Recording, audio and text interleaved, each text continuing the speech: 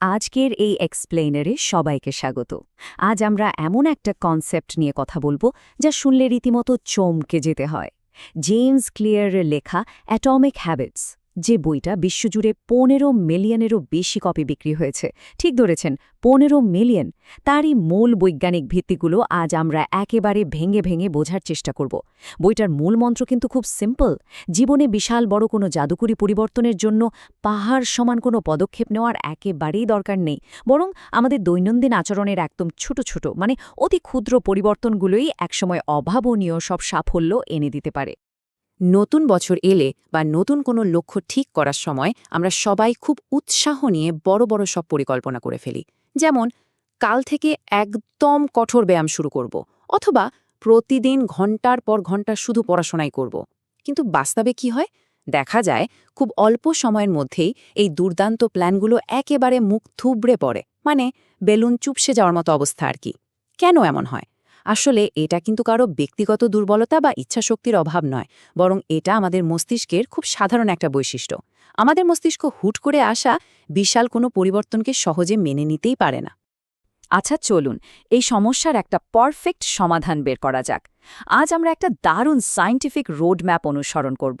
আমাদের আলোচনার 5টা ধাপ হল: প্রথমে 1% নিয়ম, এরপর আচরণের পেছনের বিজ্ঞান, হ্যাবিট লুপ, তারপর পরিচয় ভিত্তিক অভ্যাস, অভ্যাস গড়ার 4টি নিয়ম, এবং সবশেষে এর বাস্তব প্রয়োগ।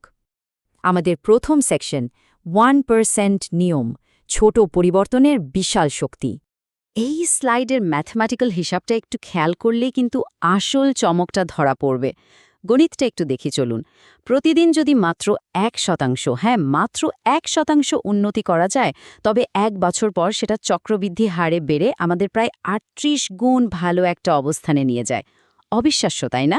আর ঠিক উল্টো দিকে, যদি প্রতিদিন মাত্র 1% অবহেলা করা হয় বা আমরা খারাপের দিকে যাই, তবে বছর শেষে আমাদের দক্ষতা বা অবস্থান কমতে কমতে একেবারে শূন্যের কোঠায় নেমে আসে। এটা সত্যি আমাদের চোখ খুলে দেওয়ার মতো একটা ফ্যাক্ট। এবার আসি দ্বিতীয় সেকশনে, 4 ধাপের হ্যাবিট লুপ, আচরণের বিশ্লেষণ।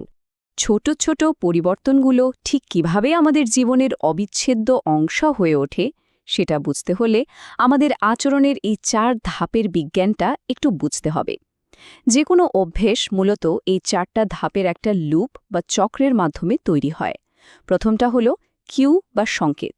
এটা হলো সেই ট্রিগার যা কোনো কাজ শুরু করার ইশারা দেয়। দ্বিতীয়টা হলো ক্রেভিং বা চাহিদা, মানে কাজটার প্রতি মস্তিষ্কের ভেতরের এক তীব্র আকাঙ্ক্ষা। তৃতীয়টা হলো রেসপন্স বা প্রতিক্রিয়া, অর্থাৎ কাজটা বাস্তবে করে ফেলা। আর একদম শেষের ধাপটা হলো রিওয়ার্ড বা পুরস্কার, কাজটা করার পর যে শান্তি বা সন্তুষ্টি মেলে। আর এই সন্তুষ্টিটাই পরবর্তীতে অভ্যেসটাকে বারবার করার জন্য আমাদের ব্রেনকে সিগন্যাল দেয়। আমাদের প্রতিদিনের একটা খুব পরিচিত উদাহরণ দিয়েই এই লুপটা বোঝা যাক। ধরুন, এই যে স্মার্টফোন চেক করার অভ্যাসটা, প্রথমে ফোনে হঠাৎ করে একটা টিং শব্দ হলো। এই শব্দটাই হলো আমাদের সংকেত বা কিউ। এরপর অবচেতনভাবেই মনের ভেতর উসখুস শুরু হলো, আরে দেখি তো কে মেসেজ দিল। এটাই হলো ক্রেভিং বা চাহিদা। এরপর যখন আমরা ফোনটা হাতে তুলে নিই, সেটা হলো রেসপন্স। আর স্ক্রিনে মেসেজটা দেখে যে কৌতূহলটা মিটল, সেটাই হলো আমাদের রিওয়ার্ড বা পুরস্কার। এই সাইকেলটা একবার বুঝে ফেলতে পারলে যে কোনো খারাপ অভ্যাস ভেঙে ফেলার চাবিটা কিন্তু আমাদের নিজেদের হাতেই চলে আসে। 3 নম্বর সেকশন, পরিচয় ভিত্তিক অভ্যাস, ভেতর থেকে পরিবর্তন। এখানে সবচেয়ে ক্রুশিয়াল পয়েন্টটা হলো একটা ভুল পদ্ধতি আর একটা সফল দৃষ্টিভঙ্গির মধ্যে পার্থক্যতা ধরতে পারা। সাধারণত আমরা ফলাফলের উপর ভিত্তি করে বলি, আমি প্রতিদিন ব্যায়াম করার চেষ্টা করছি। সত্যি বলতে এই অ্যাপ্রোচে ফেল করার চান্স অনেক বেশি। এর বদলে যদি আমরা আমাদের পরিচয়ের জায়গা থেকে ভাবি, যেমন আমি একজন সুস্থ ও সক্রিয় মানুষ, তাহলে পুরো দৃষ্টিভঙ্গিটাই ম্যাজিকের মতো বদলে যায়। কারণ একজন সুস্থ মানুষ তো স্বাভাবিকভাবেই ব্যায়াম করবে, তাই না? ওটা তো তার পরিচয়েরই একটা অংশ। মানে কাজ শুরু করার আগেই নিজের আত্মবিশ্বাসের ভেতর এই পজিটিভ পরিচয়টা গেঁথে নেওয়াটাই হলো আসল গেম চেঞ্জার। আমাদের 4 নম্বর সেকশন, সাফল্যের 4টি নিয়ম, ভালো অভ্যাস গড়ে তোলা।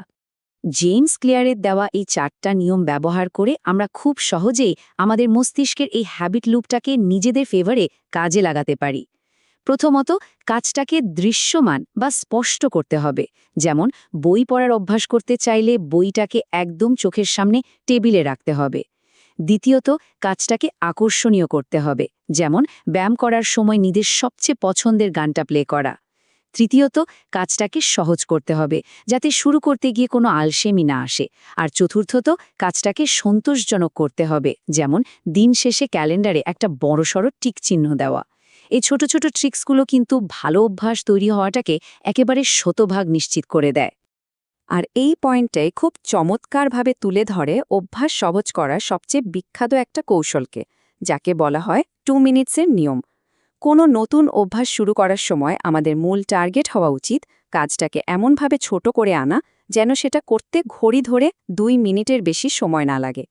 ধরুন, রোজ 30 মিনিট পড়াশোনা করব, এমন একটা পাহাড় সমান লক্ষ্যের চেয়ে আমাদের ফোকাস হওয়া উচিত রোজ শুধু বইটা খুলে সামনে রাখব।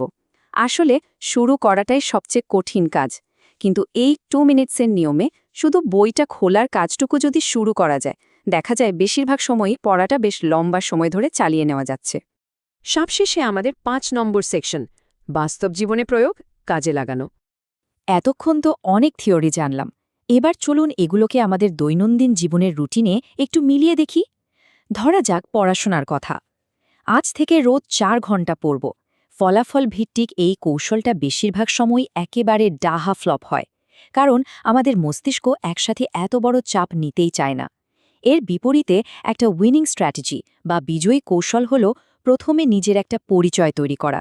আমি একজন পরিশ্রমী শিক্ষার্থী, এবং এরপর খুব ছোট একটা অ্যাকশন দিয়ে শুরু করা। আমি প্রতিদিন নিয়ম করে শুধু বইটা খুলব। এই ছোট্ট ধারাবাহিকতাটাই কিন্তু পরবর্তীতে বড় বড় সব একাডেমিক বা প্রফেশনাল সাফল্যের দরজা খুলে দেয়। আমাদের সবারই আরেকটা খুব কমন স্ট্রাগল থাকে, সকালে ভোরে ঘুম থেকে ওঠা। এই 4টা নিয়ম ব্যবহার করে আমরা কিভাবে আমাদের চারপাশটা সাজাতে পারি একটু ভেবে দেখুন তো। রাতে হাঁটার জুতোটা একদম দরজার কাছে রেডি করে রাখা যেতে পারে। এটা হলো চোখের সামনের স্পষ্ট একটা সংকেত। ফোনের অ্যালার্মটা নিজের বিছানা থেকে দূরে অন্য কোনো রুমে রাখা যেতে পারে, যাতে অ্যালার্ম বন্ধ করতে বাধ্য হয়ে বিছানা ছাড়তে হয়। আর ঘুম থেকে ওঠার পরপরই 1 গ্লাস চমৎকার সতেজ পানি পান করা যেতে পারে, যা একটা দারুণ সন্তোষজনক পুরস্কার।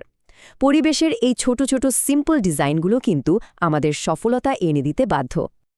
এই এক্সপ্লেনারের একেবারে শেষে এসে আমরা মূল কথাটা আবারও একটু মনে করতে পারি। বিশাল কোনো সাফল্য কখনোই রাতারাতি আকাশ থেকে পড়ে না।